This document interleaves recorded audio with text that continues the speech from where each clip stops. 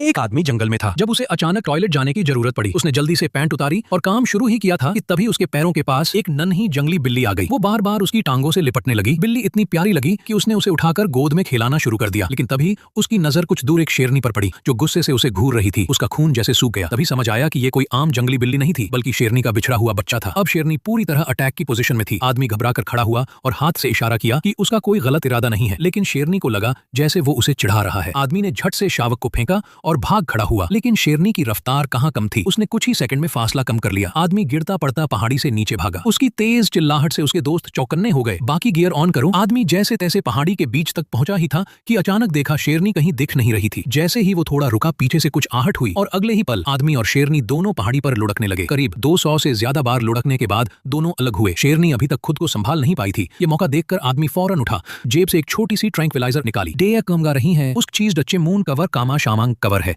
जहां का आदमी फाबल कर। जैसे ही शेरनी दोबारा उस पर झपटी, उसने हाथ उठाया और सीधा उसकी नस में सुई चुभो दी। दवा ने तुरंत असर किया। शेरनी की आंखें झपकी और वो बेहोश होकर आदमी के ऊपर ही गिर गई। इस तरह वो आदमी बाल बाल बचा। सच में आज उसकी किस्मत बहुत बड़ी थी।